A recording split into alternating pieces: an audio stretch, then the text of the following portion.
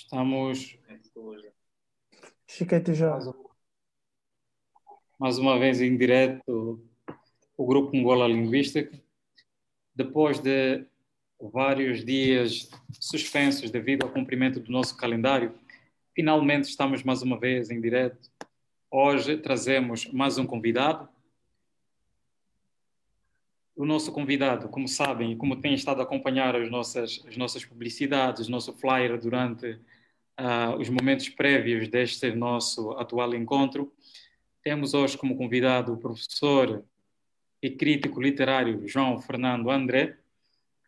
Vai nos fazer companhia nas 2 horas aproximadamente de interação em que, para além dele, como já é apanágio, como sabem também, temos o primeiro momento, que é um momento de perguntas e respostas diretas entre o entrevistador e o nosso convidado, e uma segunda parte que é entre o público em geral e o nosso convidado.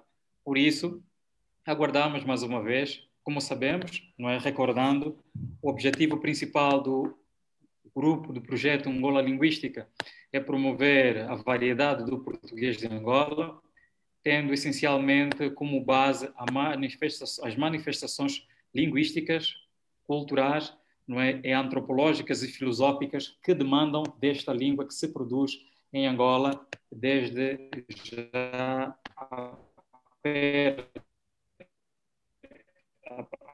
mais, diríamos, ou perto de um século, se contarmos dizer a mais de um século, e essencialmente trazemos convidados que se preocupam com esta variedade de Angola, se preocupam com as manifestações linguísticas, sociolinguísticas, como dizíamos, todas as áreas da ciência que tocam à linguagem. Por isso, hoje, mais uma vez, estamos em direto para Angola, Portugal e a todas as latitudes aonde chega o nosso sinal. Sem mais delongas, vamos passar a apresentar o nosso convidado. Dizíamos, temos convidado de hoje João Fernando André, especialista em literatura e avaliação de português língua estrangeira, monitor da cadeira de crítica literária no curso de língua e literatura de língua portuguesa da Faculdade de Letras da Universidade Agostinho Neto, no caso Angola, professor e examinador de português e língua estrangeira na Aliança Francesa. O nosso convidado tem as obras publicadas: Evangelho Banto, O Dia em que uma Pedra Virou Lua, Lumbo, Alquimia das Palavras. Esta última obra publicada ainda dentro do ano, no percurso do ano de 2021. Ora, para além dessas obras, importante citar que o nosso autor também é coautor da antologia Cinco Sentidos e Entre Palavras. Tem vários textos publicados em Angola e em outros países.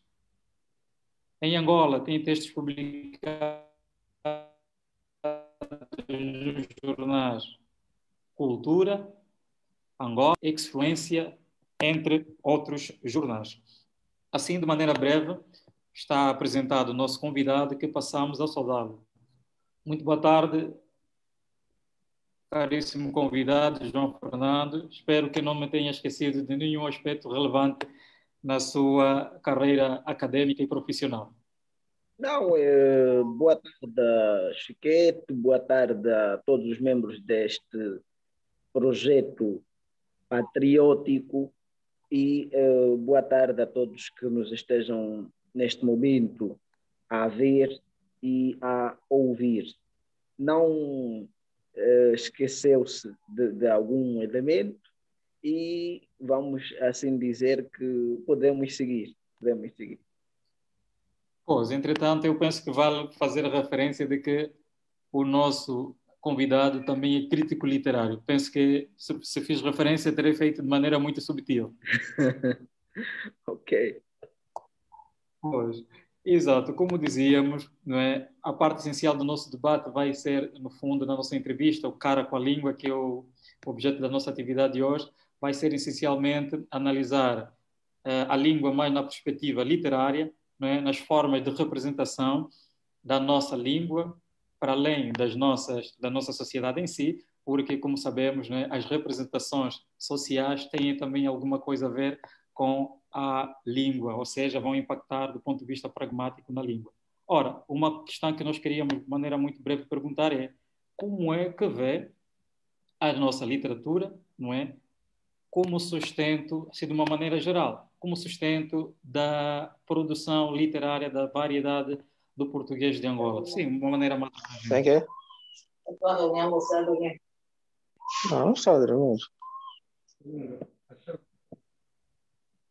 Nós temos um conjunto de obras que podemos incluir neste nosso propósito da legitimação da variedade do português angolano. Podemos citar isto desde o início da literatura escrita de Angola. Podemos começar por trazer o exemplo de Cordeiro da Mata. Cordeiro da Mata vai, imagine, isto no século XIX, vai trazer na obra Delírios textos hibridizados, ou seja, textos onde o português convive aí em posição de adstrato com o quimbundo.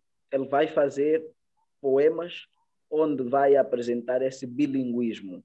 Este é um elemento que nós podemos tirar para exemplificarmos nas gramáticas, por exemplo, ou para nos referirmos à questão do bilinguismo que existe nesta variedade do português angolano. Depois, podemos ainda ver em Antônio de Assis Júnior, isto já no século XX, nos anos 30, na obra Segredo da Morte, onde ele vai também apresentar aí elementos de bilinguismo e um conjunto já de vocábulos e estruturas morfossemânticas que vão ser muito típicas daqui do nosso país. Este trabalho continua com Antônio Jacinto, vai continuar com Luandino Vieira, que vai criar um conjunto de neologismos, e ao lado de Wanhenga Chito vão os dois dar algum realce para a personagem do ambaquista, vão levar aqui aspectos do ambaquista, que era aquele indivíduo que dominava o português, mas que acabava depois por incluir aí elementos típicos daqui da região do Zambundo. Vai seguir, Gociante Patissa vai apresentar hoje, na atualidade, estes elementos também, elementos das estruturas morfológicas, sintáticas e até semânticas de falantes do português da zona sul de Angola, aqui os Ovimbundo, e temos, na verdade, um conjunto de elementos que poderiam servir de, digamos, suporte para esta nossa variedade do português, que já existe e falta a ser legitimada. Okay. Pois, e por alguma razão será propositada a não citação da obra de L. Chatelain, no caso da gramática Quimbundo, ou não vê como um contributo dentro destas listas todas de obras que citou? Não, acaba por ser um contributo, mas nós estamos a falar, atenção que eu citei, obras literárias, então, autores, sim. Escritores. Temos autores que simplesmente são autores ou são autores estudiosos, e temos autores escritores. Ou seja, alguns livros podem ser obras literárias, mas nem todos os livros são obras literárias, como muitas vezes a televisão nos quer passar, os média nos passam. Alguém lançou um livro de matemática e aparece, ou um livro de linguística e aparece como obra literária. Chiquete lança uma obra literária. O título da obra é Morfologia do Português de Angola, por exemplo. A obra literária remete para o imaginário e um conjunto de técnicas de recriação do fenômeno social e também da memória. Pois, então, exato. Que no fundo, o que quer provavelmente nos dizer não é a separação da obra enquanto obra de arte e obra literária enquanto pronto, naquela dualidade das expressões de vez em quando não se saber dirimir em quando é que estamos realmente com o conceito de obra de arte e quando é que estamos uma obra simplesmente do campo extra-arte. Provavelmente seja essa a intenção, não é? Exatamente. Agora, posso fazer uma outra abordagem aqui que pode, para acrescer, que é um conjunto de estudos que foram feitos e continuam a ser produzidos, que servem de base também para esta nossa variedade. E aí vamos citar a compilação de Elie Chatelain, por exemplo. Ele dá a conhecer a compartimentação que já existe endogenamente dos povos. O Elie Chatelain fez a compartimentação da literatura, da oratura angolana. Não, ele não fez compartimentação nenhuma. Ele deu a conhecer o que existe na nossa oratura. Já há a estratificação do que é uma maca, do que é um missosso, do que é um ginongongo, do ginongonongo, do que é um gisabo. Já existe isso no nosso imaginário. Ele deu a conhecer e fez também pesquisas interessantes a respeito daqui dos povos ambundo, e devemos ter em conta esta gramática, devemos ter em conta o Folk Tales of Angola, que são os contos populares de Angola, também obra de recolha, da autoria dele, de recolha, e também podemos ter em conta os trabalhos do padre Esterman para o sudoeste angolano, e para o noroeste vamos ter os trabalhos de Redinha. Redinha fez trabalhos interessantes que podemos também incluir.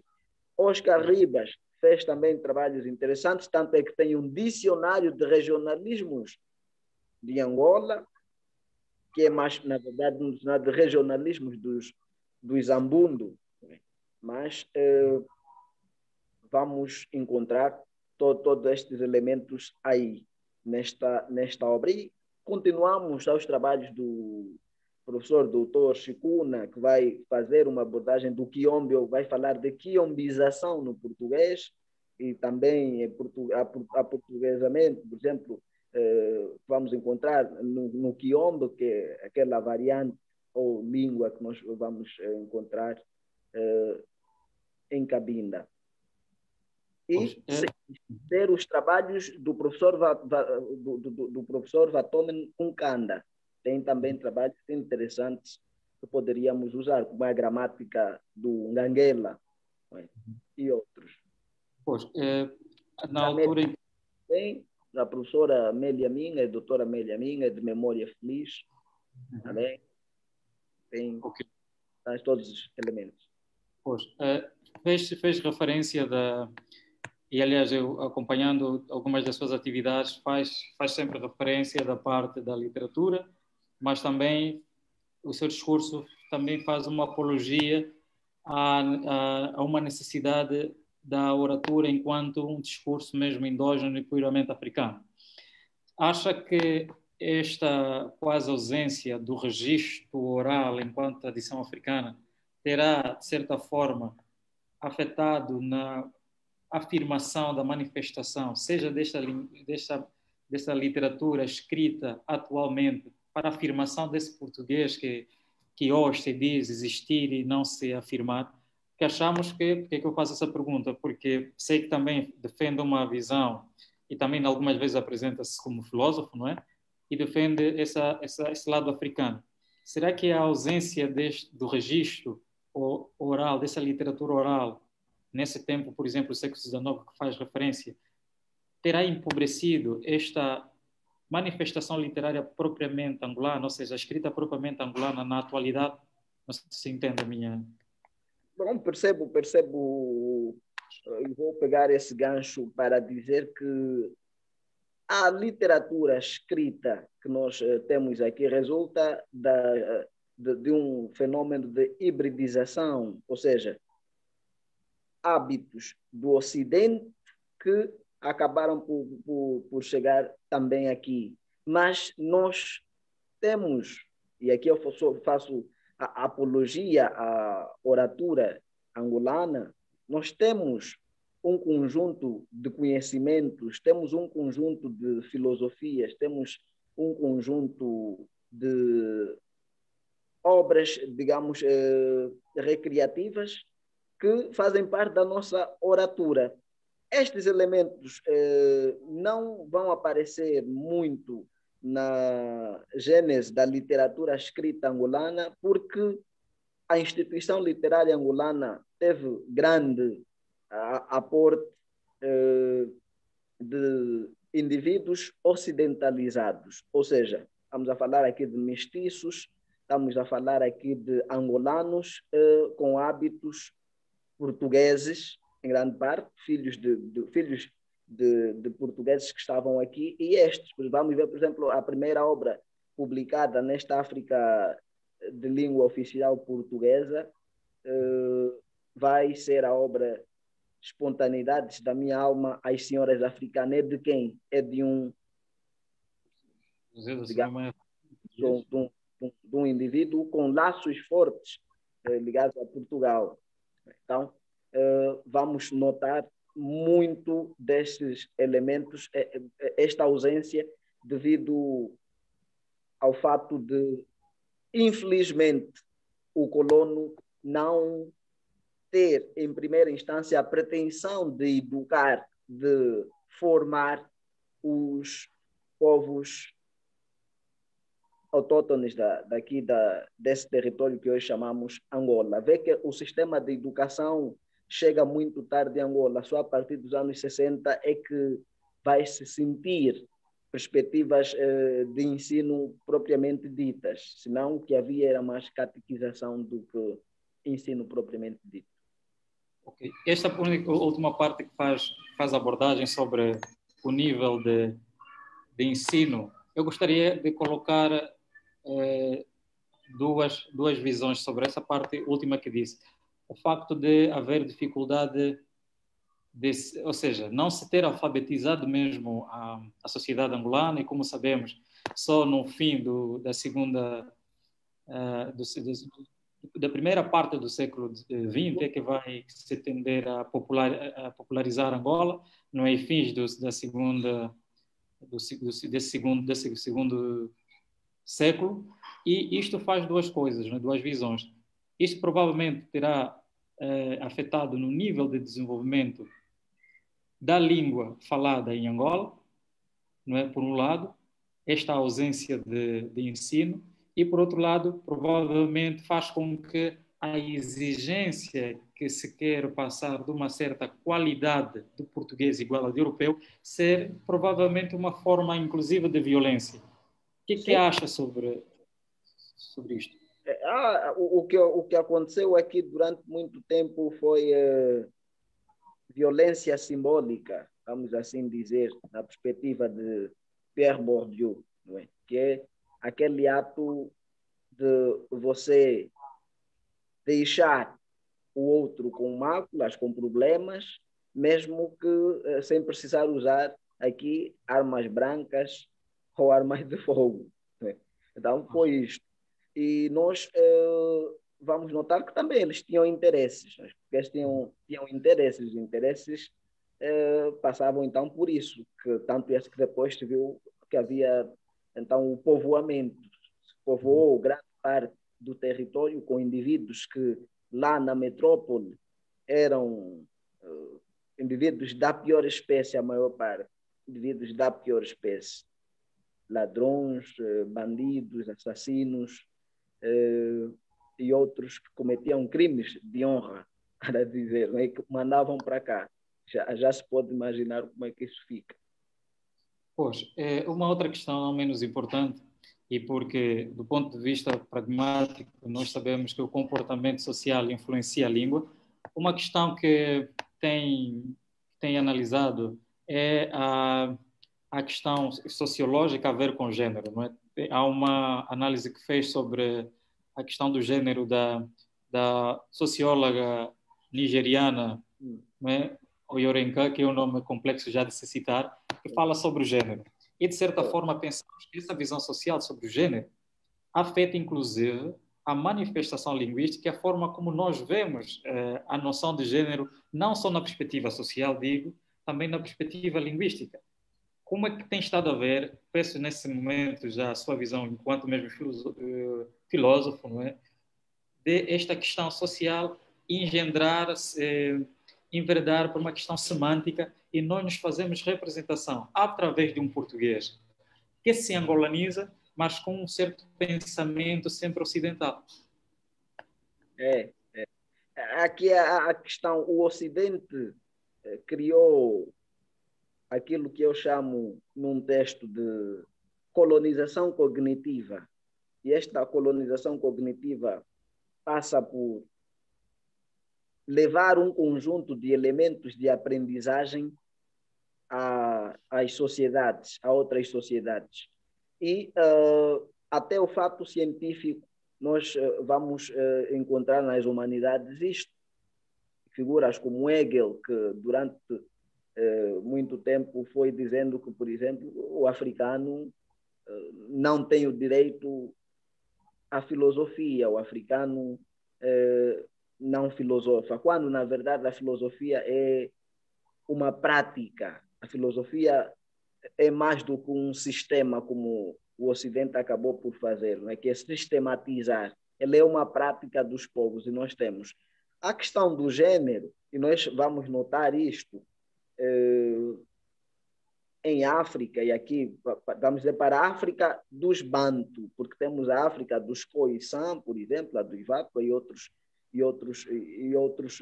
povos também, que às vezes nós relegamos e pensamos que os Bantu dominam todo esse território, não há outros povos. Há outros povos.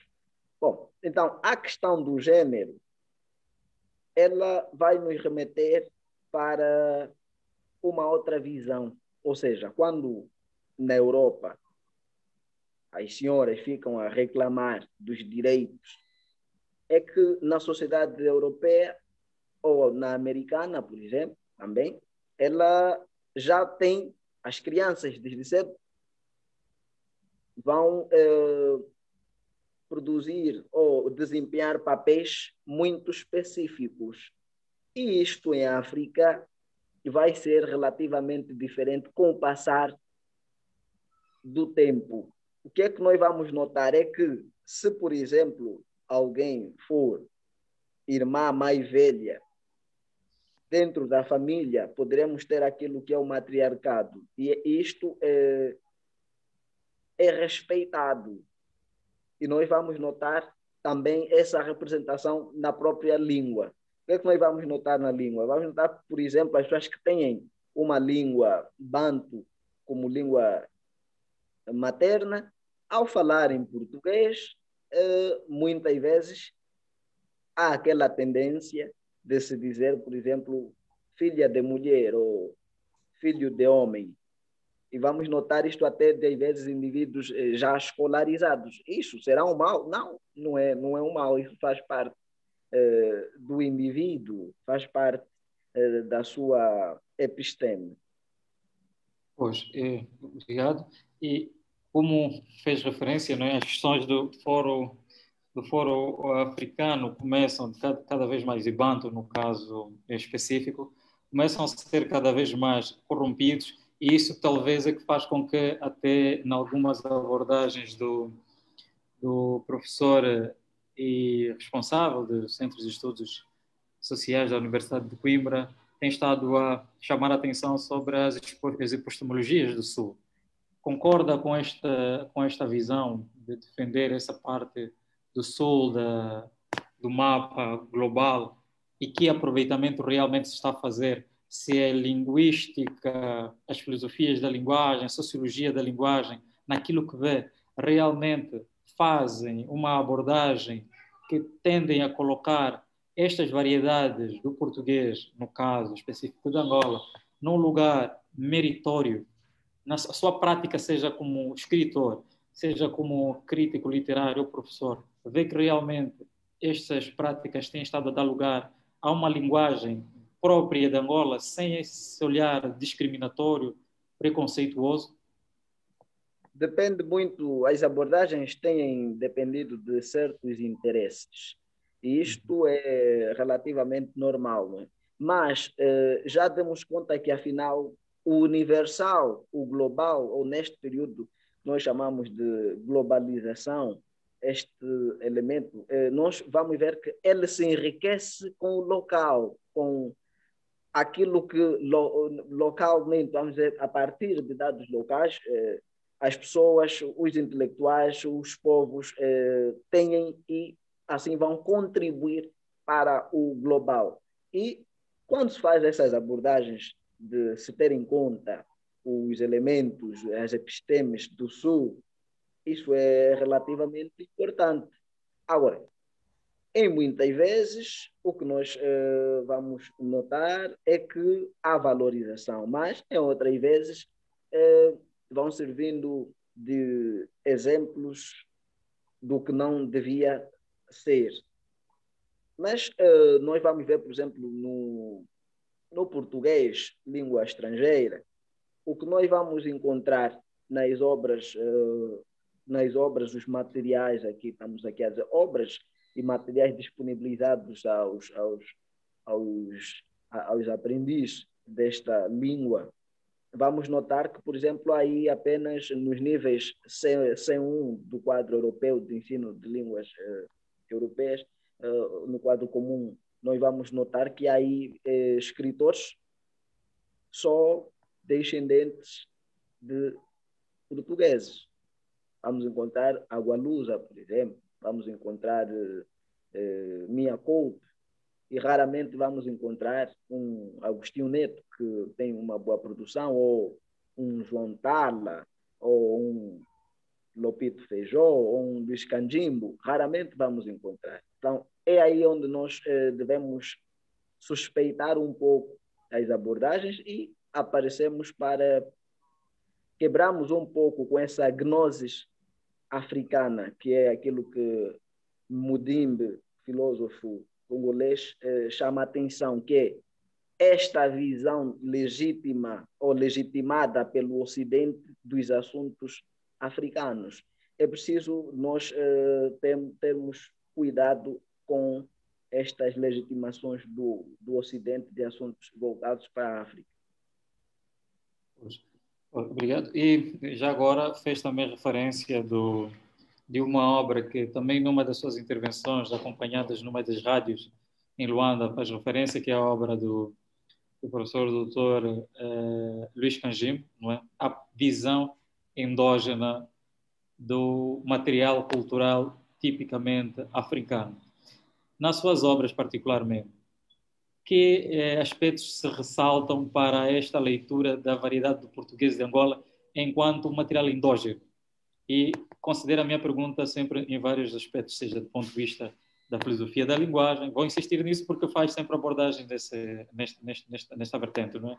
A própria filosofia da linguagem, faço referência disso também porque há momentos em que nós analisamos a questão da linguagem enquanto material, ou seja, aspecto sintático, morfológico, mas existem elementos do foro filosófico, a maneira como a própria gnose é transmitida na língua, que às vezes se corrompe. A pergunta que eu faço é como é que se faz esse aproveitamento dentro das suas obras literárias? Nós temos um conjunto de saberes endógenos e é preciso recorrer a esses saberes para a produção daquela que é a visão filosófica africana. E Mbembe vai nos dar este conselho também. Temos um conjunto de experiências próprias e nós temos que, numa obra de um escritor angolano, como é que vai faltar o sol e vai aparecer, por exemplo, neve? Isso é de loucos. Uma obra de um escritor angolano aparecer neve e raramente se encontrar a questão do verão, este tempo quente que só nós sentimos e que difere muito dos outros lados.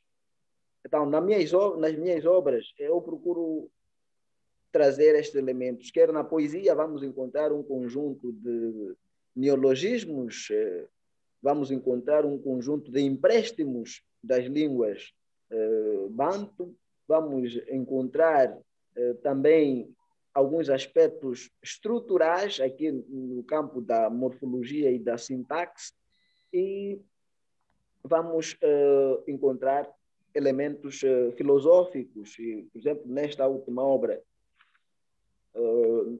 há aqui um manifesto sobre a angolanidade.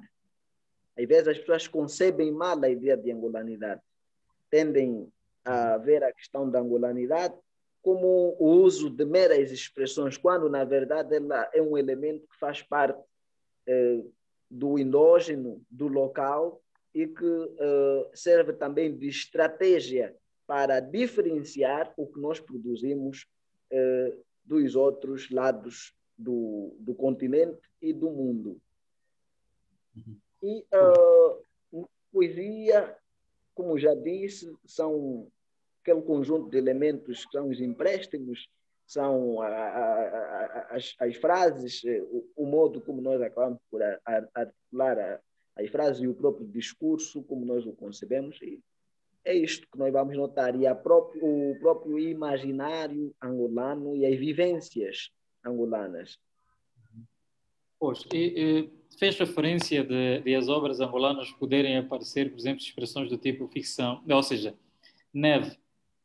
A limitar essas expressões também não se estaria, por exemplo, a limitar o poder ficcional do artista, limitar a liberdade que o artista tem, tendo em conta o seu conjunto de formação, não é? Nós somos parte de vários elementos. Vamos imaginar, há colegas que nessa altura nos estão a acompanhar e estão num país, por exemplo, que está um frio terrível, como está parte da Europa nessa altura, a produzir uma obra sendo angolano, mesmo que não esteja na Europa, mas conhecer as formas de criação, de poder, de figuração, seja do espaço social, não é? Seja da personagem, o processo de figuração, ele ter a liberdade de escrever a obra, produzindo esses elementos de referência europeia, e ter também a liberdade de ele produzir uma obra artística e que seja realmente endógena, nós estaríamos no limite entre a liberdade e esse, talvez, um possível nacionalismo, não sei se... Sim. Não digo... Ninguém está... Atenção, Osquete, ninguém aqui está a proibir que se façam obras ressaltando esses elementos, mas quando nós trazemos perspectivas aqui de abordagem de um cânone, ou constituição de um cânone da instituição de literatura angolana, que as nossas crianças vão usar nas escolas, por exemplo, raramente essas obras vão entrar, porque são exógenas. São exógenas. Vamos ver muitos elementos exógenos. Se há um predomínio de elementos exógenos, então essas obras fazem parte de outras literaturas. E é assim que funciona o sistema literário, porque nós temos portugueses que fazem obras que constam da literatura angolana.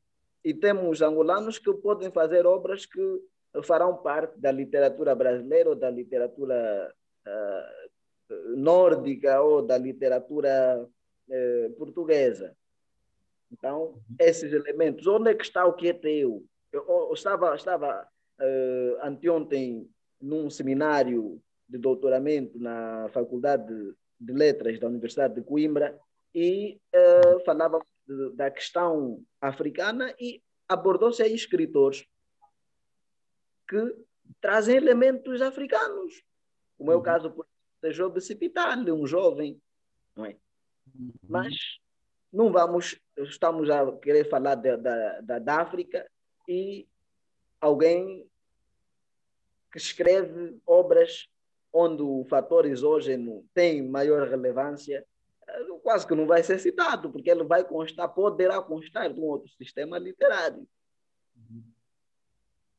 Pois, e compreendo e mais uma vez agradecemos. Saudamos mais uma vez ao público de forma geral. Lembrar que estamos em direto com o escritor João Fernando André, especialista em literatura e avaliação de português de língua estrangeira, com obras publicadas, não é? No caso 3, Evangelho Bantu, O Dia em que uma Pedra Virou Lua, Lumbo, Alquimia das Palavras. E pego nessa última obra para tentar fazer referência se a produção dela teve alguma coisa a ver, principalmente pela palavra inicial, não é?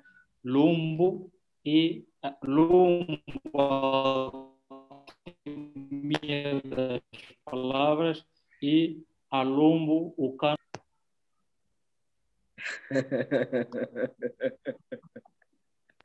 Chiquete trazer problemas. Bom, uma pergunta provocadora.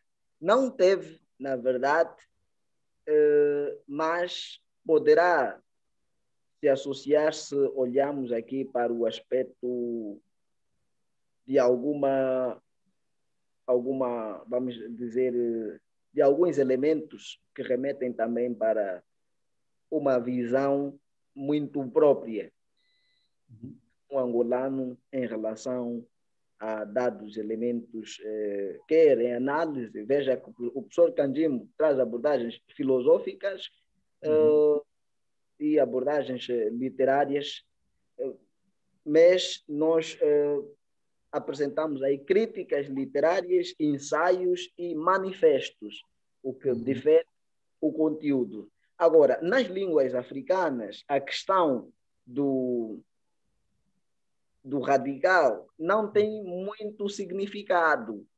O que tem grande relevância nas línguas africanas são os prefixos nominais. Estes prefixos nominais alteram a significação das palavras. Quando eu digo alumbo, estou a me remeter para uma linhagem. E acredito, não sei se era esta a intenção do Dr. Luís Candimo, quando apresenta a obra Lumbo, o cânon endógeno. Ele se remeter a uma linhagem de pensamento, uma apologia. E eu, quando apresento Lumbo, já remete aqui para o saber endógeno dos Bakongo e dos Ovimbundo, vai remeter para um palácio ou uma corte, o lugar de resolução de conflitos, aquele lugar onde o Soba, o Okuluendamba, o mais velho ajuizado, queremos dizer, da comunidade, vai resolver certos assuntos com a comunidade. Já vê que, então, a questão dos fixos nominais alteram a significação das línguas, das palavras que existem nas línguas banto. E mais, este título surge depois de uma conversa no mestrado lá na Faculdade de Letras, hoje de Humanidades da Universidade Agostinho Neto, sem um prévio contacto com a obra do Dr. Luís Candimo. Pois, na verdade, mais do que uma questão do foro semântico, é mais uma questão fonética, não é? E sem querer colocar mais água na fervura a ver com essa questão. Mas pronto, um dos aspectos retirado da sua última obra, mesmo esse Alumbo, Alquimia das Palavras, há um excerto tirado de uma outra obra que diz o seguinte, na página 18, no caso. Preta de uma filha, beijas-me como um gamotur, tu entras e depois eu pela porta desejada. Ó rosa de uma figa, ou seja, ó rosa de fogo, metida à besta, entre as pernas o paraíso, propondo-me milagre doce. Repito, preto de uma figa, como gamuture, tu entras e depois eu pela porta desejada. Ó rosa de fogo metida à besta, entre as pernas o paraíso, propondo-me mil agridoces. Ora, a questão que eu queria aproveitar neste excerto é: existe uma tensão entre o elogio e uma língua pejorada e estereotipada sobre a mulher. Por que a escolha desse excerto aí mesmo no seu poema e qual é o aproveitamento propriamente que faz? Porque é uma língua que é a língua portuguesa, a variedade no caso, ou seja, uma língua padrão em Angola, mas do ponto de vista social, se possível, racial, ela mesmo assim é material para fazer transparecer, não é, subtilmente, uma tendência muito estereotipada sobre a mulher negra. Como é que vê este tipo de composição para, mais uma vez, uma leitura endógena do próprio português que se produz, que se vai não é, aviltando em Angola? O fenômeno artístico tem outras nuances que permitem múltiplas interpretações. E esta que o Chiquete faz, deste extrato da obra enviesada Rosa, de Helder Simbad, é uma delas. Referir que é preciso conhecermos também os elementos à volta da produção do texto de um escritor. Por exemplo, Helder Simbad escreve com elementos psicolinguísticos, elementos do surrealismo e elementos do experimentalismo. Estes elementos vão remeter, então, para o modo como ele compõe os textos. Esse é um texto erótico, atenção que é um texto erótico, e devemos fazer a leitura nessa perspectiva erótica e não usar como material para aquilo que nós podemos dizer na nossa variedade do português angolano. Eu acho que aí não há elementos para essa variedade. Ok. Voltando um bocadinho sobre a produção que sustenta esta variedade e esta questão da representação, não é? Eu poderia mesmo, inclusive, fazer o aproveitamento do seu testemunho quanto a esta questão das obras, principalmente que citou de José, A Espontaneidade da Minha Alma, de Maia Ferreira, no caso, não é? Como é que é a representação, é? Essa subtileza das construções coloniais sobre a forma de desenhar a mulher negra, não é? Que no fundo vem também a sustentar a forma como nós, hoje, atualmente, olhamos para alguns entes propriamente negros. As expressões, por exemplo, de nós chamarmos a nós mesmos seu preto, não é? Como olhar para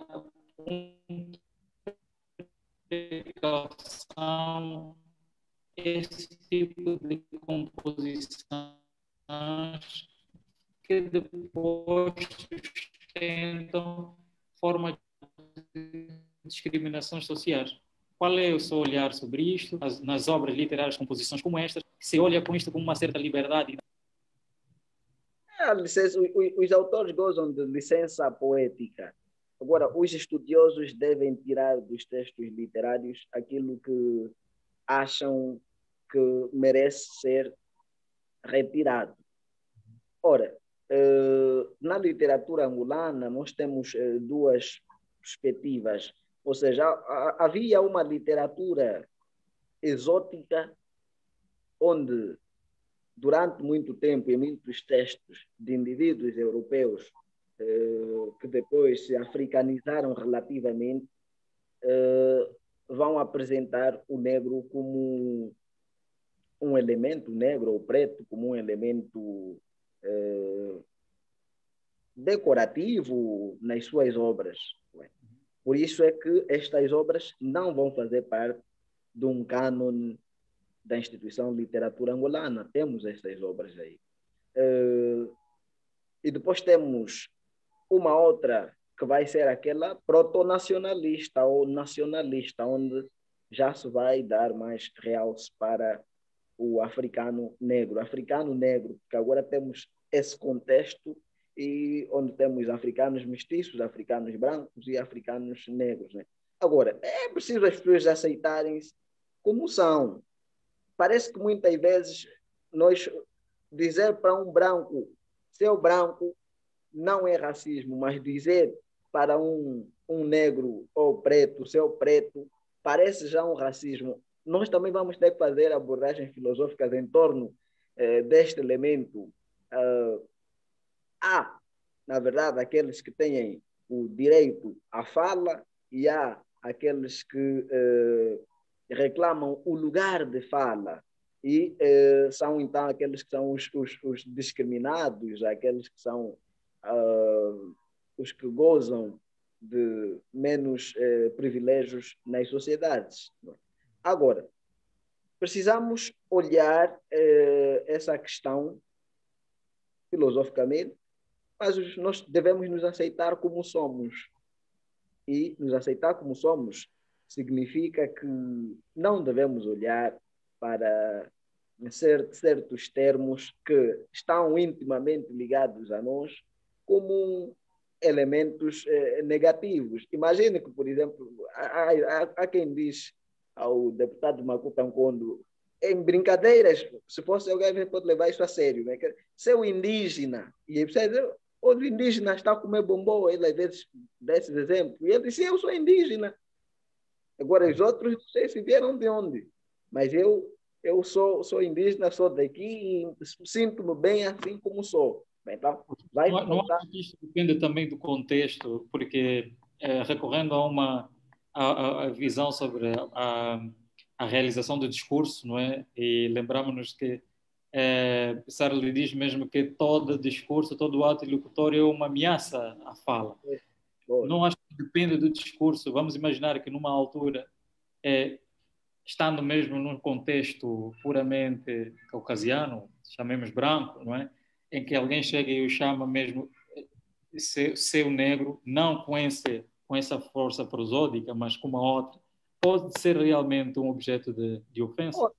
Pode, sim. Do mesmo jeito que, se for um branco aqui, chamado de branco num contexto de negros, também pode ser racismo, claro. Pois, porque eu penso que existem, inclusive, expressões mais do foro das línguas africanas em Angola que realmente têm a mesma carga pejorativa. Expressões, por exemplo, aqui no Sul, o cachindel ou o chindel, que elas por si mostram que pode realmente, dentro dessas palavras, né, o branco e negro, certamente não existirão provavelmente outras expressões que poderiam ter a mesma carga ofensiva quando um negro está a ser tratado por um negro. E eu penso que não terá uma certa relatividade não vê relatividade nesse contexto de uso? Bom, isto depende muito do contexto. A palavra, e temos dito em Umbundo, se diz ondaka e cola. A palavra é sagrada, a palavra é sagrada. Não é? Então, vai depender muito do contexto em que nós utilizamos certos termos e como utilizamos. É o como que preocupa. E o quando. Não é? É isso. Pois. Bem, mais uma vez, estamos a já quase uma hora, perto de uma hora de diálogo, de cara com a língua, com o escritor João Fernando André, especialista em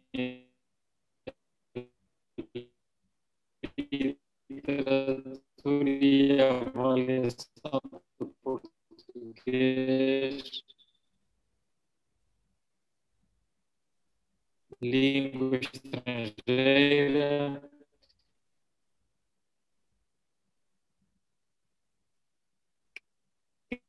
crítico literário e também monitor da cadeira, já fui monitor da cadeira de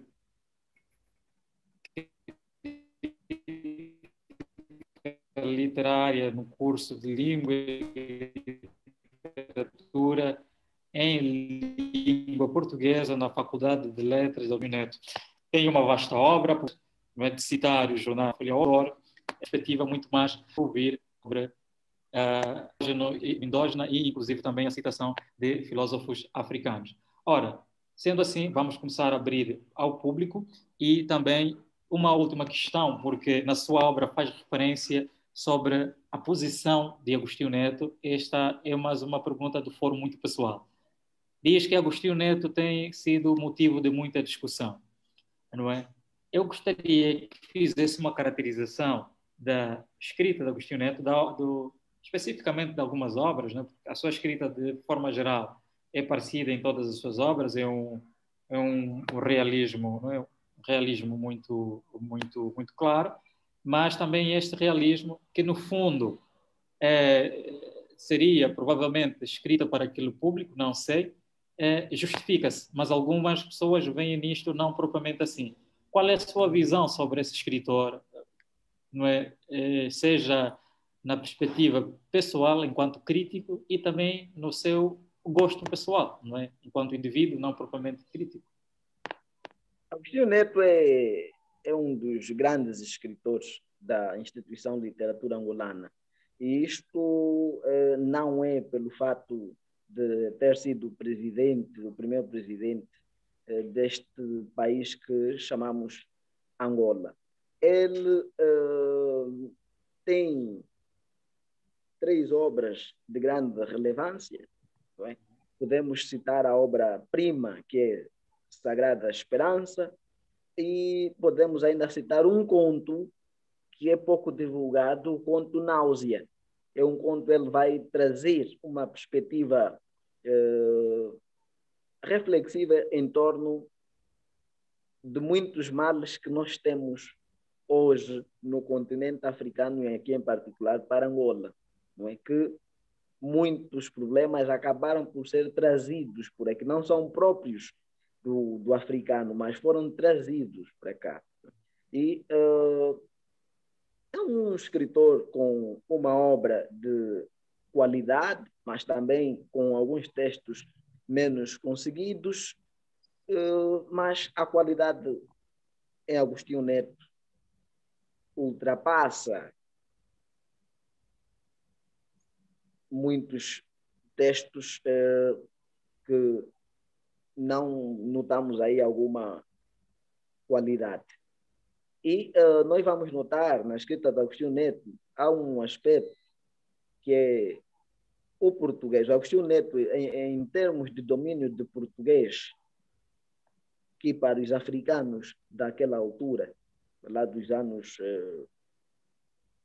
40, 50, 60, 70, ele tinha um português muito cultivado e ainda assim conseguia trazer nos seus textos um conteúdo do homem africano. Num português, nós raramente vamos encontrar palavras africanas nos textos de Agostinho Neto, nos textos poéticos ou mesmo no conto.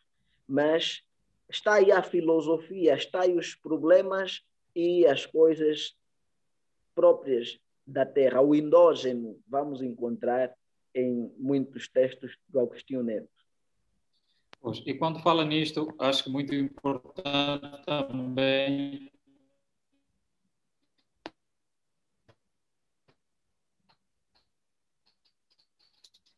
a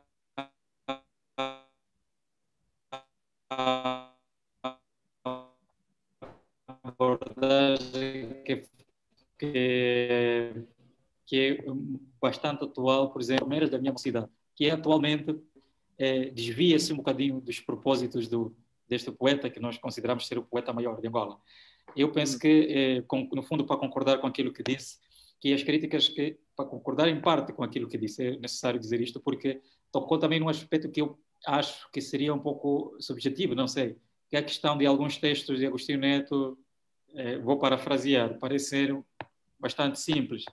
também não deverá ser isso uma questão do contexto. Nós, por exemplo, estamos a ler um texto hoje, em 2021, e de um texto que terá sido escrito que tenha a sua importância em 1945. As abordagens têm contextos, mas muitas vezes as pessoas, alguns textos conseguem passar o tempo, perduram, não é? E vão de gerações, vão para mais gerações e têm sempre aquele sumo, mas nem todos os textos têm esta capacidade ou esta qualidade, não é? Então, é preciso também olharmos para a obra de Agostinho Neto num contexto de combate, num contexto de colonização, num contexto de opressão. Pois. Ora, temos já algumas questões sendo postas e eu vou passar a ler algumas. Já se tem falado muito sobre o cânon na literatura angolana. O que falta para a sua definição, uma vez que o elemento muito importante no ensino, uma vez que é um elemento muito importante no ensino da língua portuguesa em Angola. Por outra, se definido na sua ótica, que obras, autores seriam selecionados? Essa, esse é o problema. A reflexão que nós podemos fazer em torno disto, e tem sido boas reflexões,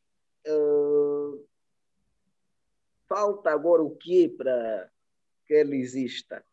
De manhã já falamos à Rádio Nacional e a esta pergunta, numa tertúlia realizada pelo Líder Agres, ressaltamos que a abordagem do cânone na literatura angolana é também uma questão ética, uma questão filosófica, uma questão política e uma questão social. Ora, as abordagens estão aí feitas para a Constituição. Não bastarão apenas estas abordagens. Será preciso uma legitimação. E quem tem este poder de legitimar que no nosso país é, então, o executivo e o poder legislativo.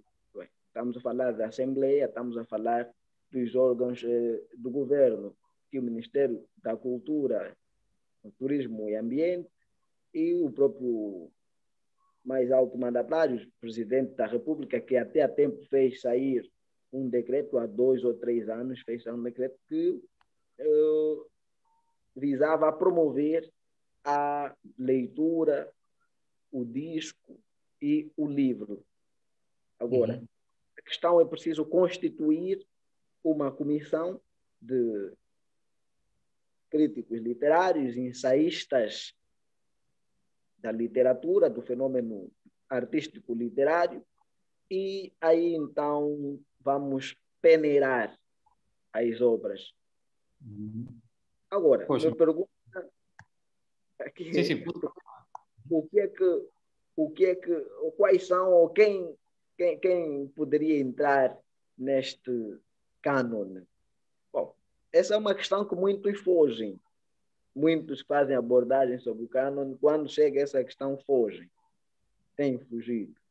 Mas nós não vamos fugir porque diz um provérbio africano que um tigre não mostra a sua tigritude. Pois, permita-me uma parte, porque o que vai responder, no fundo, toca aquilo que pede uma das perguntas do nosso internauta Jeremias Pecela. Ele diz o seguinte: por que motivos não se sabe nada de realce sobre a literatura do sul de Angola? Não é verdade. Não é verdade isso, não é verdade. Essa pergunta não é verdadeira. Essa pergunta deve ser aqui colocada numa outra perspectiva.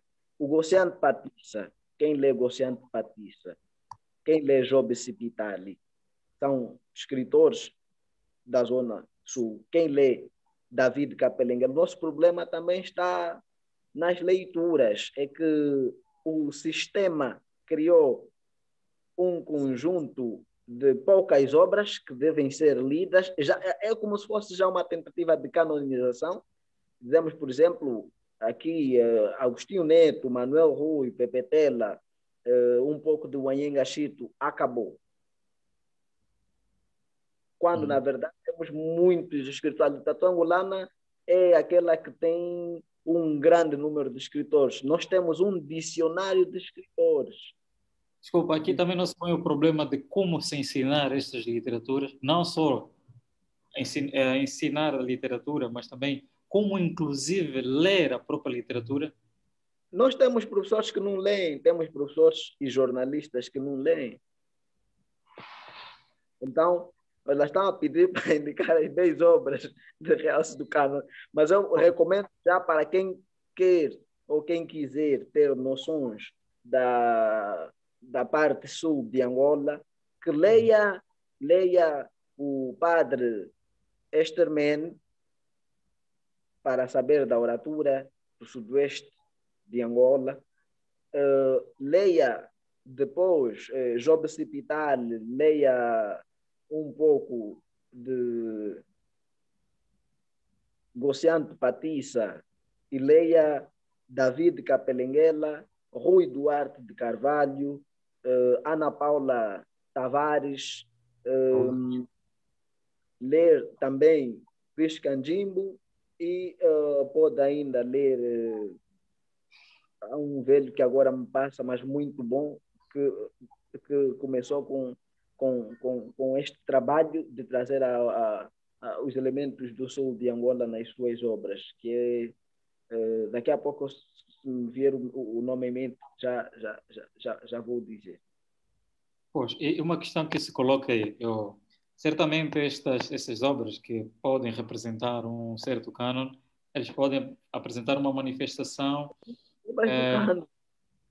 sim, pronto. Sim, escritores de Angola, e não sendo propriamente ainda obras canonizadas, elas representam, não é, têm representações sociais, culturais de uma certa região. Ora, se tivéssemos que tomar essas obras como representação da variedade do português de Angola, não é? Essas obras seriam realmente objeto de representação da variedade linguística, por exemplo, do sul de Angola, imaginemos, do norte de Angola, do centro de Angola. Entraríamos propriamente a uma questão também, novamente, da tensão, que obras representariam, mais uma vez, esses grupos etnolinguísticos, sociais. Esse problema realmente, eu sei que tem estado já a discutir sobre isto, acompanhei uma conferência sua, na União dos Escritores Angolanos, colocou como resolver realmente esse problema. Bom, o nosso contexto é complexo, o contexto africano é complexo, por isso é que é preciso irmos pegar elementos endógenos, elementos das nossas oraturas também. Agora, não podemos olhar simplesmente para a representação do cultural destes povos que existem, das nações que existem no país Angola, como único elemento para a legitimação da variedade do português angolano. O que vai acontecer é que temos obras que poderão ser utilizadas e aí não devemos ter muito em conta todos os grupos etnolinguísticos que existem no país, porque temos grupos etnolinguísticos e povos aqui que não têm, ou quase não têm, vamos assim dizer, quase não têm escritores. Por exemplo, não me lembro de conhecer um escritor coissã, escritor angolano coissã. Nem na Assembleia temos um deputado Sam, coissã. E às vezes já fiz essa pergunta e fico às vezes a refletir por quê. Porque a educação, esta formação ocidental que nós temos, não chegou ainda em todo o país. Temos um grande número de indivíduos que não dominam essa escrita ocidental. Então, vamos pegar o que nós temos e, como diz aquela máxima, quem não tem cão, caça com gato, não é? Podemos pegar escritores da Zona Sul, lá onde houver, vamos pegar e, se encontrarmos elementos identitários e pedagógicos naquelas obras, podemos utilizá-los para os nossos manuais, para as nossas gramáticas, para exemplificar. Agora, não havendo, não há outra opção. Pois. Eu coloco aqui. Sim, recorrer a uma coisa que é a transcrição de elementos da oratura destes povos, porque eles têm literatura, atenção, todos os povos têm literatura, todo povo tem imaginação. E isto já há mais de 7 milhões de anos, diria Yuval Harari, um filósofo israelita, que vai trazer então na abordagem da obra A Breve História da Humanidade, Sapiens, A Breve História da Humanidade. Então todos os povos têm imaginação, todos os povos têm filosofia, todos os povos têm um conjunto de elementos culturais e artísticos. Agora, nem todos passaram para a escrita, essa escrita ocidental, porque existem outras formas de escrita que muitas vezes também deixamos, como é, por exemplo, a escrita dos Sona. Os Sonas existem lá no noroeste de Angola, nas Lunas, no Mochico. Vamos encontrar os Sonas, são uma forma de escrita.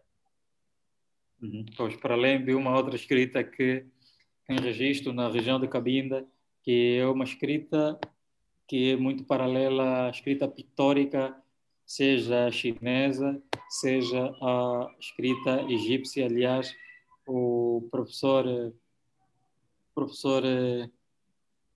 agora esqueço-me do nome, mas que escreve a Antologia da Literatura Angolana, ele faz referência, inclusive, de uma escrita que é uma escrita, inclusive, interartística. E falando mesmo dessa questão interartística, ou depois de colocar as perguntas que eu vou fazer agora, gostaria depois que ajudasse a analisar também numa perspectiva interartística se tem sido as nossas literaturas a sustentarem as nossas literaturas a sustentarem mais as variedades ou a música também a sustentar a variedade angolana. Mas deixa-me ler as perguntas do Jeremias Pecela. Tem 2 perguntas que estão aqui por responder. Depois pode tomar a palavra e explicar aquilo que gostaria de acrescentar. Por que a literatura angolana parece não sobreviver fora do ethos da negritude?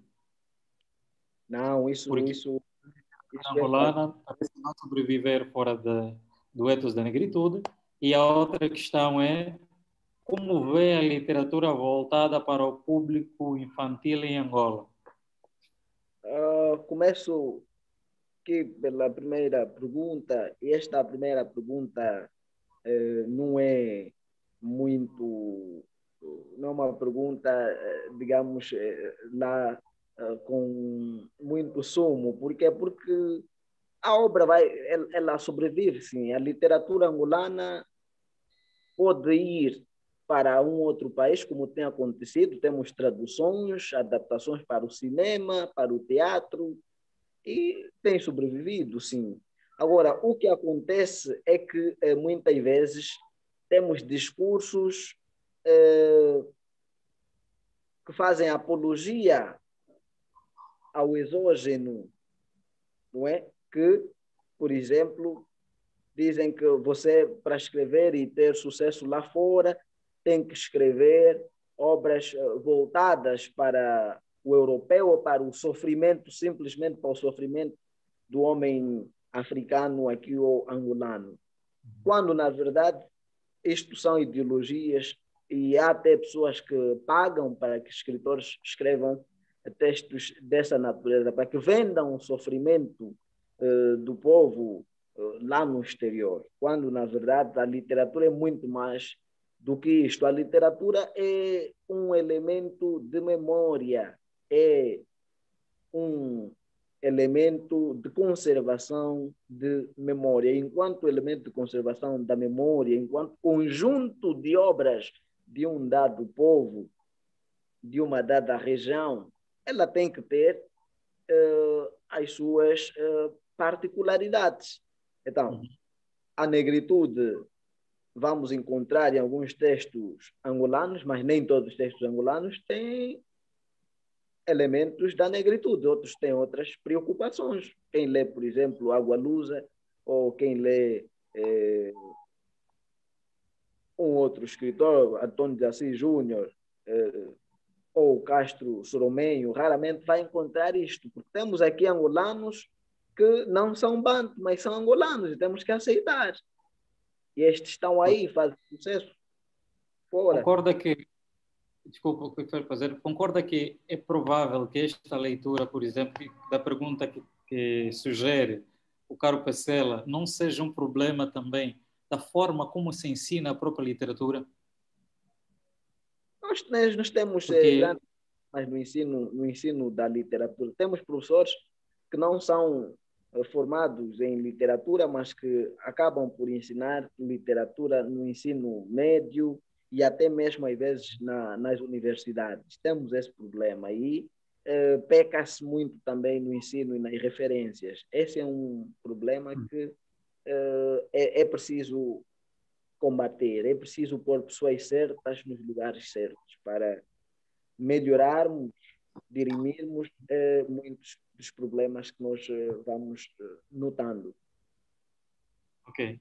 Uma pergunta aqui, no momento que está a falar sobre uma visão endógena das produções literárias e inclusive da variedade do português de Angola, o caro João Afonso coloca a seguinte questão: haveria algum problema se, por exemplo, fizessem parte desse cânone algumas obras de escritores portugueses, tendo em conta a origem da língua portuguesa?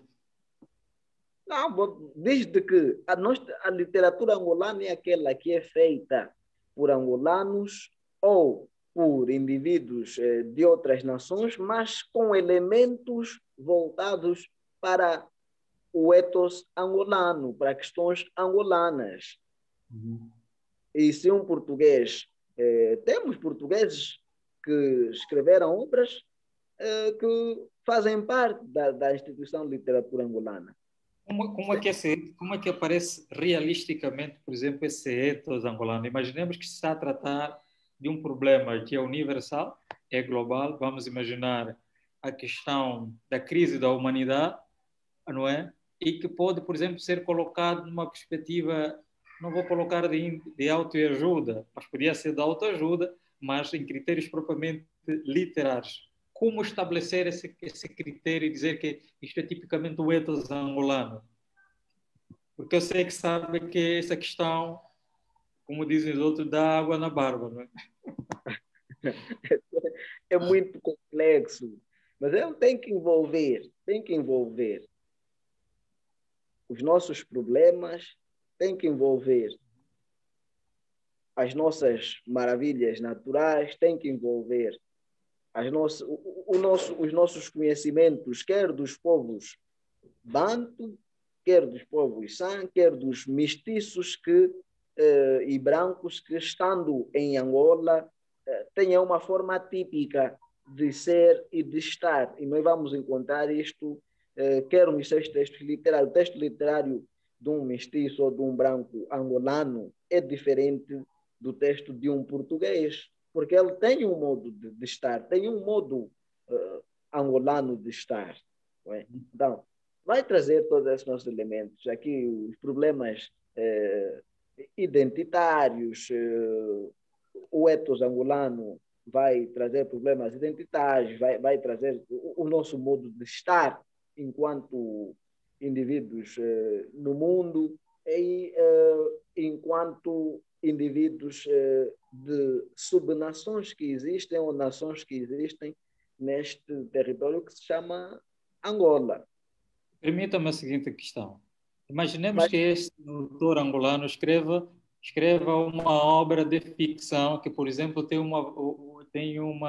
não tem um valor realístico propriamente atual.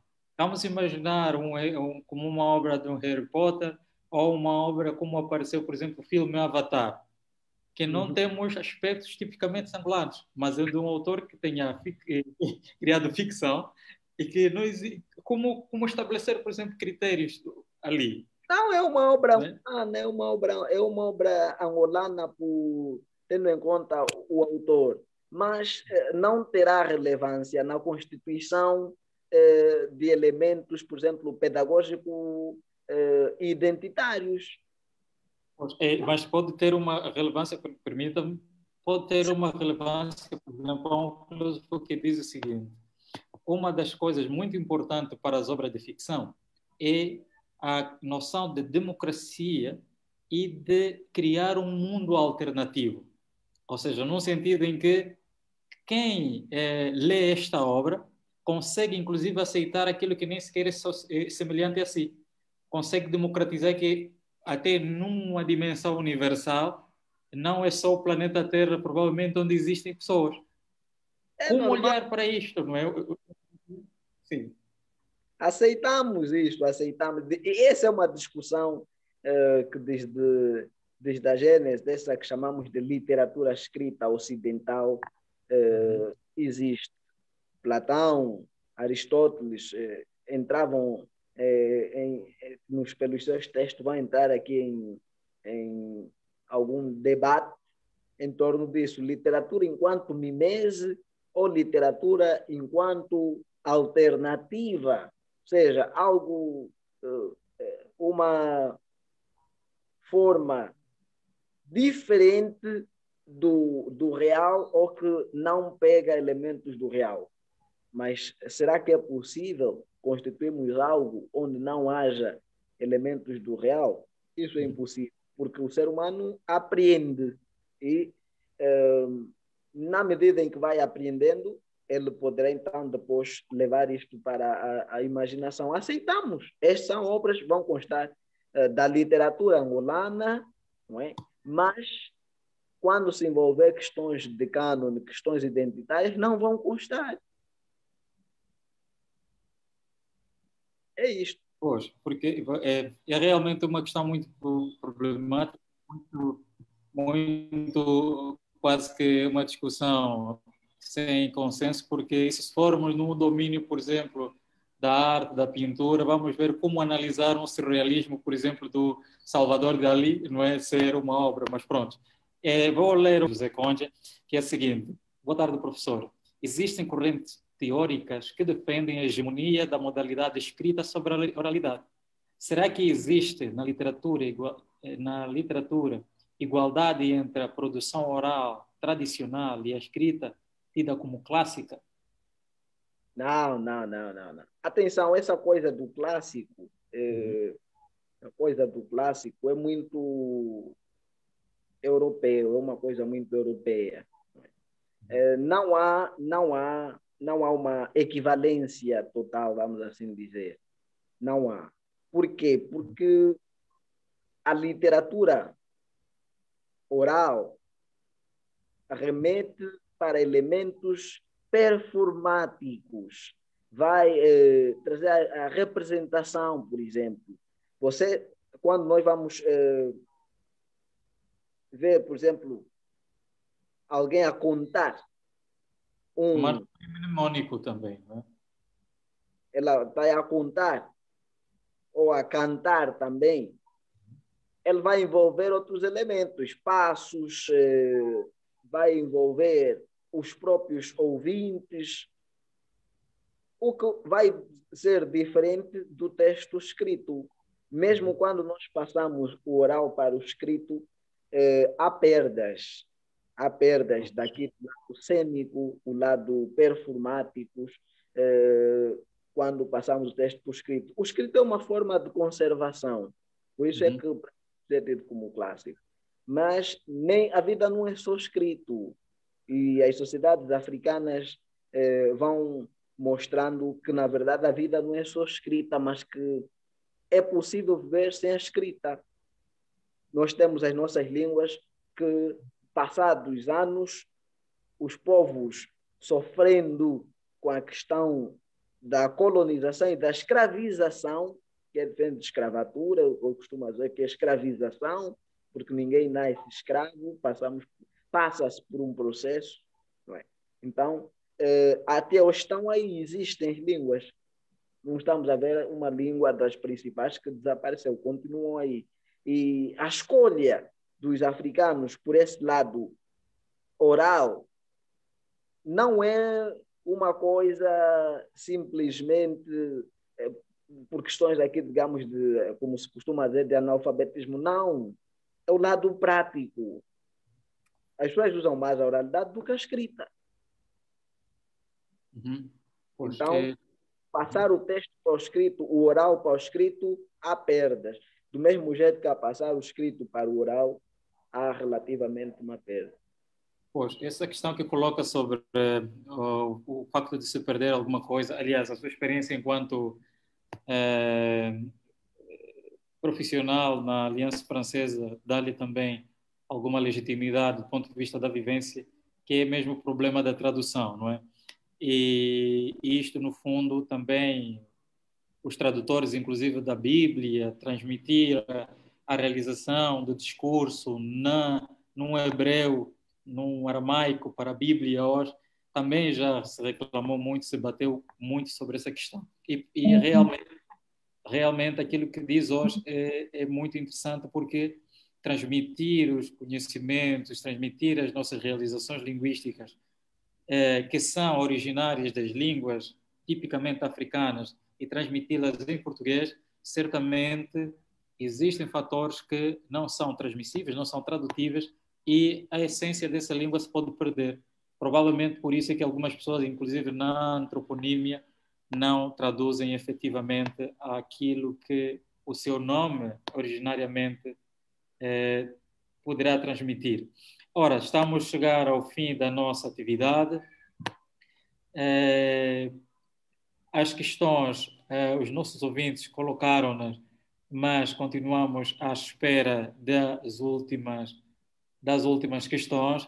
Dizer que o nosso autor, perdão, especialista em literatura e avaliação de português língua estrangeira, monitor da cadeira de crítica literária no curso de língua e literatura, no curso de língua portuguesa da Faculdade de Letras da Universidade Agostinho Neto. Tem uma página no YouTube onde tem estado a divulgar bastante o seu trabalho e que eu particularmente confesso que acompanho e já assisti a várias palestras, inclusive essa matéria que fala sobre o cânon, sei que tem sido uma que mais discussão tem estado a levantar. Por isso mesmo é que quando ouviu provavelmente terá soltado um sorriso. É verdade. Verdade. Chiqueta, duas questões. Eu não quero passar depois os nossos amigos aí internautas venham depois dizer que não respondemos, não é? Que é a questão o que é que nós achamos da literatura infanto-juvenil e as 10 obras que poderíamos aqui citar para o cânon. Então eu começo por dizer que falta uma produção maior de literatura infanto-juvenil ou literatura para crianças e jovens. Precisamos, se quisermos melhorar este dito homem novo que tanto cantamos no nosso hino nacional, precisamos de começar nas escolas, nas creches, isto é, levar a leitura, o texto infantil, ou o texto para a criança, eu não gosto dessa palavra infantil, literatura infantil, o texto para a criança, o texto para os jovens nas escolas. E temos muitas escolas, o que é preocupante, que não têm bibliotecas. A maior parte das escolas do país não tem biblioteca, que é grave. Mas vamos tendo bons projetos e temos um projeto de escritores angolanos que foi produzido no ano passado, que é o projeto Ler e Contar, onde nós publicamos um conto que está a ser estudado em Dili, Timor-Leste, mas aqui ainda não está, que é este conto, neste mesmo dia em que uma pedra virou lua, vocês podem ver. E há mais contos, são cerca de 12 a 14 contos aí destinados ao público infantil e juvenil. Temos boas referências, como Maria Eugênia Neto, temos ainda o caso de Dário de Melo, podemos ainda citar Canguimbo Ananás e outros, a Cremilda de Lima, José Tucunha também tem esta produção, e ela está aí, mas falta maior divulgação. E precisamos de pôr isso no ensino primário. Precisamos de pôr isso no primeiro ciclo do ensino secundário. E quanto às obras que poderiam, 10 obras, o cânon pode ser de 20, 30, 40 ou 50 obras, porque ele também se renova, o cânon não é fechado. Ou seja, ele pode se renovar de acordo às visões ou os propósitos da sociedade. Mas poderíamos citar aqui Cordeiro da Mata, para uma das obras que poderia do cânon, o Cordeiro da Mata, Antônio Jacinto. Podemos ainda citar a obra de Agostinho Neto, podemos citar também a obra de Oscar Ribas, alguma obra de Oscar Ribas. Podemos citar ainda as obras de Boaventura Cardoso. Podemos também elencar aí ou mapear a obra de um Caveiro, um pouco João Tala. Ele até traz aí questões importantes da guerra que nós tivemos aqui, os sofrimentos. Nós vamos encontrar aí essa questão do homem que foi para a guerra, como é que ele hoje vive, porque é uma questão que nós quase que não demos importância. As pessoas foram para a guerra, muitos mais velhos ou jovens foram para a guerra, hoje estão aqui, muitos estão com problemas de fórum psicológico, mas que quase que nós hoje não relevamos isto. Não sei, já citei quantas, Chiquete? 6 ou 7? Não acompanhei a hierarquia, mas sim. Na verdade está a citar os autores que não poderiam faltar, não propriamente a obra, as obras, né? Sim. Então, exatamente. Podemos ainda trazer aí também David Capelinguela, para questões aqui do Sul, Rui Duarte de Carvalho. Podemos também trazer alguma obra de Luís Candimbo, as reflexões interessantes de Luís Candimbo, porque o ensaio, muitas vezes, coloca-se o ensaio fora da literatura, mas ele também faz parte da literatura. Podemos ainda ter como opção alguma obra, O Ocaso dos Prilampos, também de Adriano Mechins, podemos incluir aí neste quesito. Okay. O próprio Agualusa também tem obras interessantes que podem também constar deste cânon da literatura. O cânon tem que ser visto numa perspectiva endógena. Ok, o endógeno remete para o ancestral, para um posicionamento, mas devemos ampliar um pouco. Aí, se calhar, onde eu discordo do posicionamento de outros intelectuais, filósofos, críticos ou ensaístas, que olham para o endógeno só numa perspectiva do banto, quando, na verdade, estamos a falar de um continente e de um país que tem um mosaico cultural variado. E neste caso não podemos incluir simplesmente aquilo que está relacionado ao homem banto, mas também um pouco ao homem mestiço, ao homem branco angolano e ao Khoisan, ao Vátua. Tem que constar, aí temos que, digamos, trazer uma dada amplificação do termo endógeno. Aliás, isso concorda com aquilo que Agostinho Neto disse, não é? No dia 8 de fevereiro, dia 8 de janeiro, Dia da Cultura, na União dos Escritores Angolanos, a ver com, penso em 1978, que ele diz que a cultura angolana é constituída atualmente, naquela altura no caso, de a cultura do Museque mais a cultura europeia. No fundo, não é, concordando que essa leitura de que o africano propriamente é aquilo que é tipicamente africano, faz inclusive gerar discriminações. Porque, exato, faz gerar discriminações porque, ora, eu não citei, não sei, não vou questionar as opções, mas, por exemplo, o Luandino Vieira, Pepe Tela, o Henrique Abranches ficariam muito tristes, por exemplo, de, por exemplo, ver as suas obras não como possíveis dentro do cânone, não é? Então, mas não é uma questão de só para provocar, nada mais do que isto. Ora, entram. Então, uma questão que eu coloco aqui do caro Flávio Santos pergunta o seguinte: é relacionar o cânone literário dependendo da promoção do poder executivo, não está o seu papel ou dos próprios especialistas literários?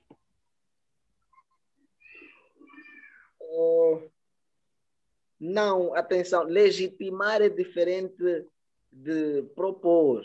Nós podemos propor, mas quando ele vai ser aplicado para as escolas, por exemplo, é preciso uma legitimação para constar do Plano Nacional de Leitura, para constar dos currículos ou da grelha de ensino que nós temos.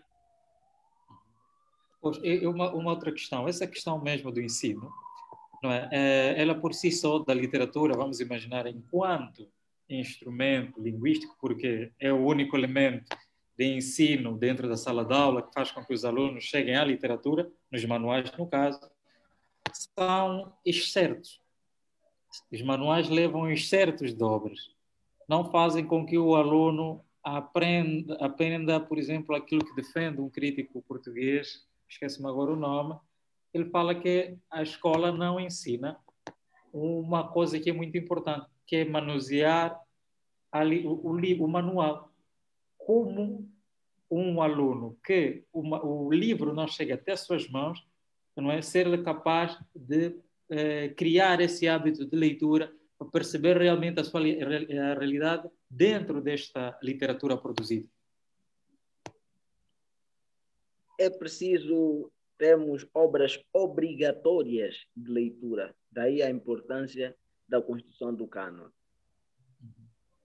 Precisamos de obras obrigatórias. O estudante, quem vai, por exemplo, para Portugal ou para um outro país, vai notar que há obras obrigatórias. O estudante tem que ter noção dessas obras.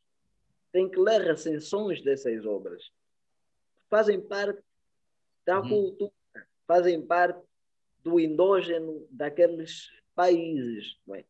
Quem vai para Portugal pergunta a Lusíada, a maior parte dos indivíduos que estudam os maias tem noção do ensino médio, tem noção disto.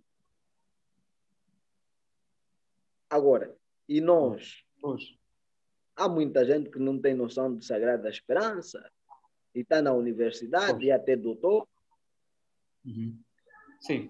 Precisamos de ter obras obrigatórias. Que está nesse nível deve ler esta obra, ainda que seja uma obra por ano. Imagine, Se o cânon tiver 50 obras e o indivíduo é obrigado a ler já do ensino primário, estamos aqui a dizer da quarta classe até a 12ª ou 13ª, uma obra por ano, vamos a ver que ele já vai estar aí entre 8, 9, 10 ou 11 obras, vai entrar para a universidade já com noções identitárias, pedagógicas do que é angolano, e já com noções da própria literatura angolana. Precisamos obras obrigatórias. Pois, permita-me uma coisa. Aquilo que acaba de dizer coloca duas questões. Uma questão da quantidade dos manuais a ler, que certamente nos ajuda a familiarizar, desenvolve a performance da própria leitura, noções de literacia e outras mais. Entretanto, tem a outra questão da competência literária, ou seja, a capacidade que cada leitor tem realmente de fazer, para tirar o sumo de uma obra literária. Eu penso que o caro vai se lembrar do seguinte: nós, por exemplo, estudamos a Isauro Coutinhoso, não é? Ou provavelmente saído do texto Nós Matamos o Cão Tinhoso, de Bernardo Unaúna, e que esta representação metafórica desse texto, dificilmente nós chegamos a tê-la. Nós temos realmente a noção de que esse texto existe, mas as noções de leitura crítico-literária as pessoas não alcançam. Como dirimir realmente, não é? Uma leitura que seja de desenvolvimento crítico, que muitas vezes não se alcança. Não é? Eu penso que existem dois fatores aqui. Um ponto de vista da quantidade de obras a ler e outro trabalho que faz, por exemplo, o caro João André. Como sairmos destes dois opostos? Passa por uma melhoria do ensino das humanidades. Isto é, temos que ter bons professores de história. Temos alguns bons professores de história. Precisamos de criar aqui a interdisciplinaridade, fazer uso desta qualidade da ciência, que é relacionar. E para isso o professor de literatura tem que ter noções fortes de história, de antropologia. Quando está a dizer, por exemplo, essa história, Nós Matamos o Cão Tinhoso, de Bernardo Unaúna, isto é uma metáfora. Ou metonímia também pode ser do colono. O Cão Tinhoso é o colono que sai destes territórios que depois se tornam países. Não é? Como está a dizer, nós nos tornamos independentes, conseguimos tirar a força, o opressor. Pode ser entendido como uma metonímia, uma metáfora, este texto. Agora, o professor tem que dar luzes ao estudante, e para isso ele tem que ter noções de história, tem que ter noções de antropologia, o que muitas vezes falhamos. Temos professores de matemáticas a darem literatura. Sim. Sim. Professores de geografias a darem português, psicologia. Isso precisa ser melhorado. Pois, é bastante interessante a questão que coloca, aliás, dizer que, na minha experiência também, penso que a questão que muito coloca desafio, não é? É a questão de como analisar-se efetivamente a um texto literário. E por isso que quando responde, por exemplo, ao caro Jeremias Pecela sobre a questão da negritude, pode provavelmente estar um bocadinho atrelado a essa noção de como é que se nos ensina a literatura. Porque a literatura poderá talvez concordar comigo, não é?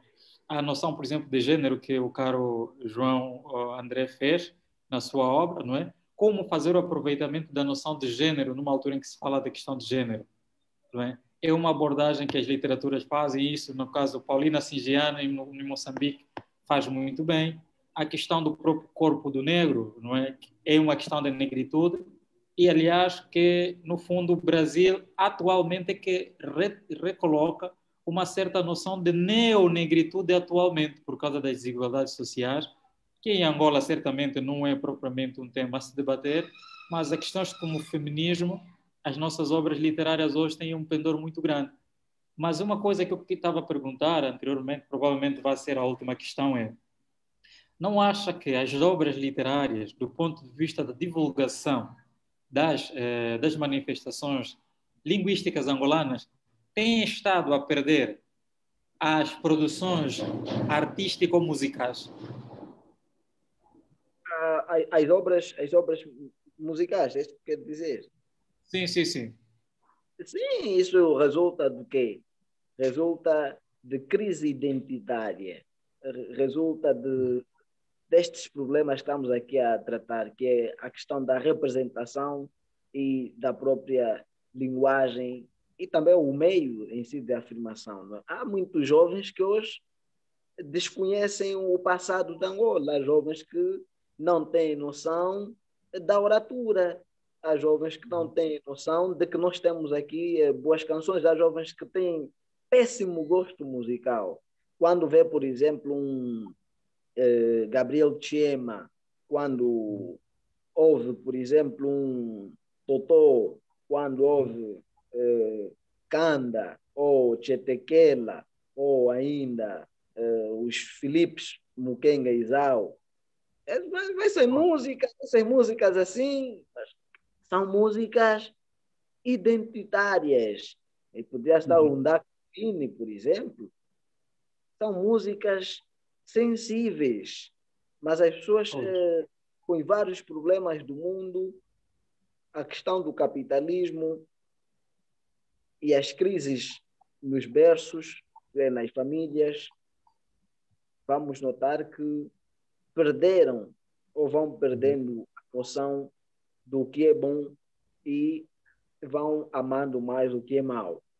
E está aí na juventude, vamos notar um conjunto de músicas acríticas, músicas desprovidas de conteúdo e de estética, desprovidas de substâncias positivas, mas que são as que mais batem, são as que mais visualizações têm nos YouTubes, são as que são mais consumidas, quando na verdade isso mostra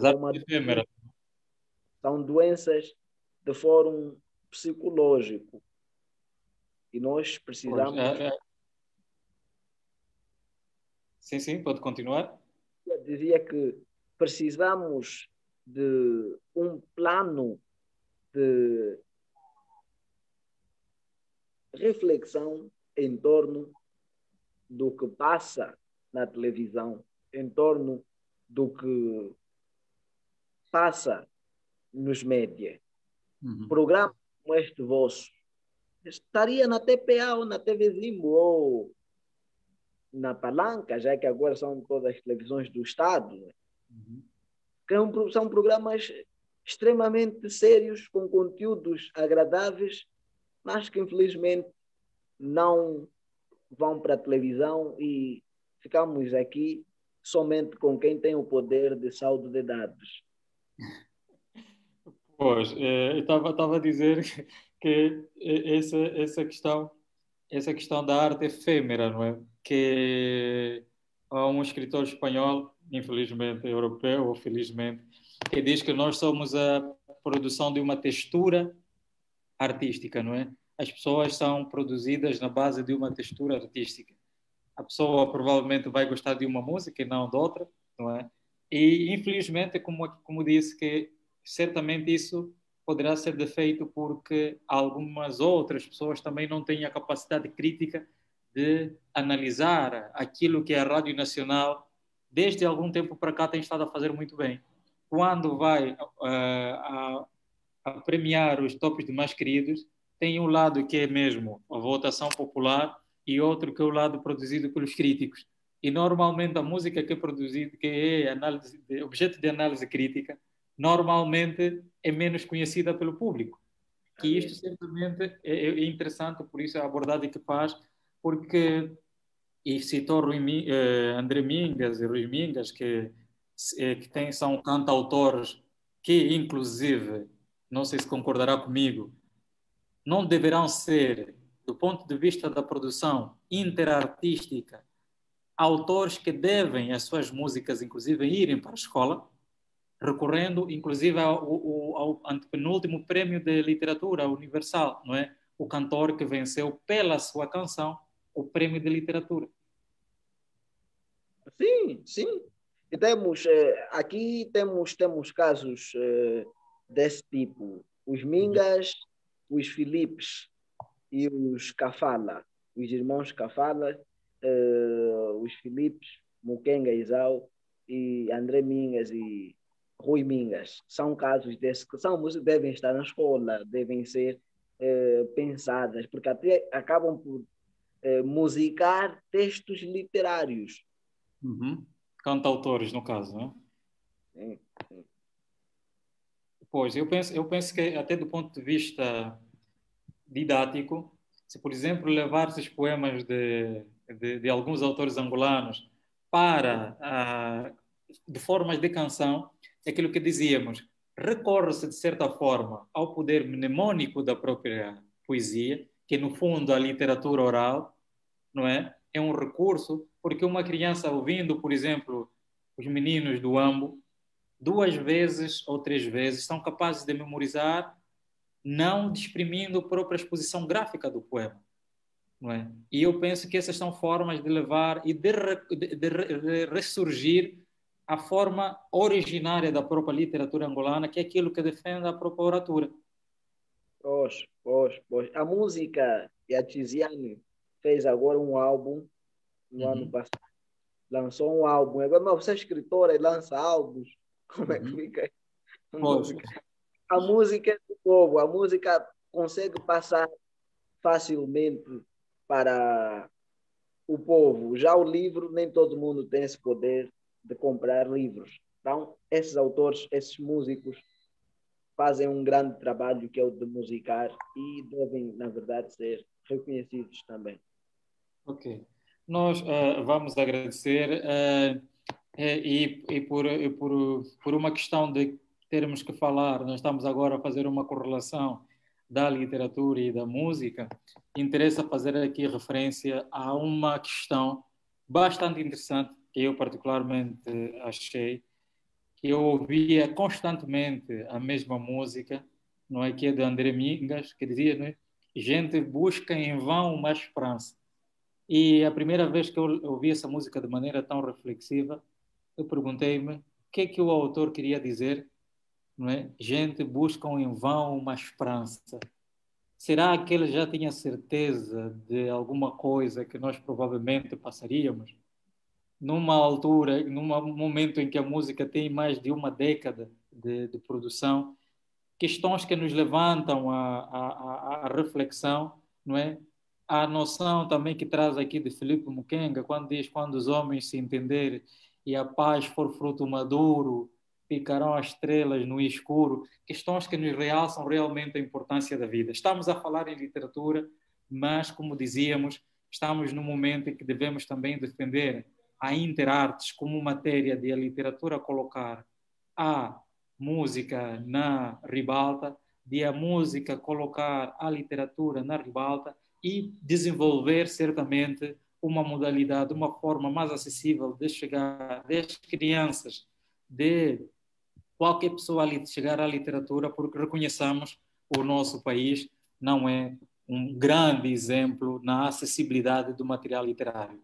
Com isto, nós reiteramos os nossos agradecimentos ao caro João Fernando André, como dizíamos, especialista em literatura e avaliação, com grande experiência no foro profissional e também artístico, pelo que vamos dar-lhe a palavra para as suas últimas considerações e despedirmos-nos finalmente do público. Bom,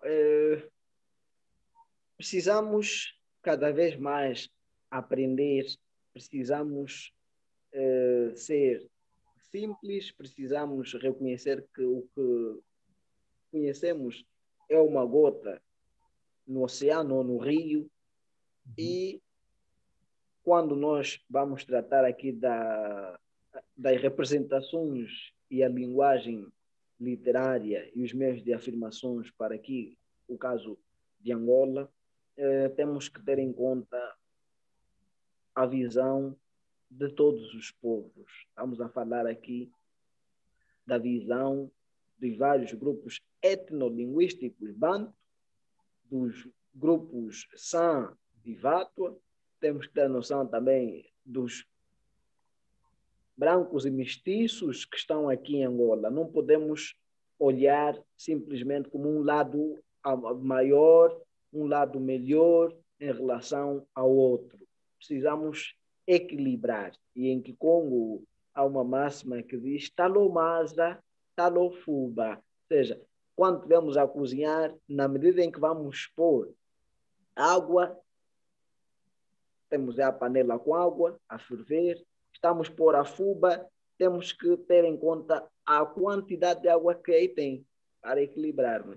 Isso remete para que a tolerância, remete para o equilíbrio, vai remeter também para uma visão de entendimento do outro. Temos aqui angolanos que não têm noção do sofrimento de uma grande parte.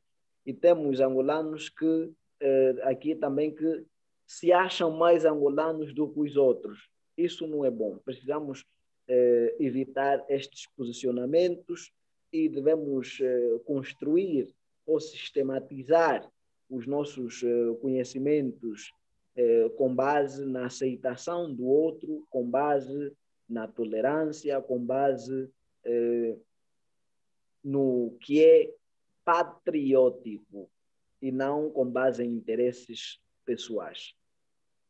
Ok, nós, como dizíamos, agradecemos a amabilidade de toda a audiência neste que foi mais um dia de Cara com a Língua, um projeto novo dentro do projeto Angola Linguística.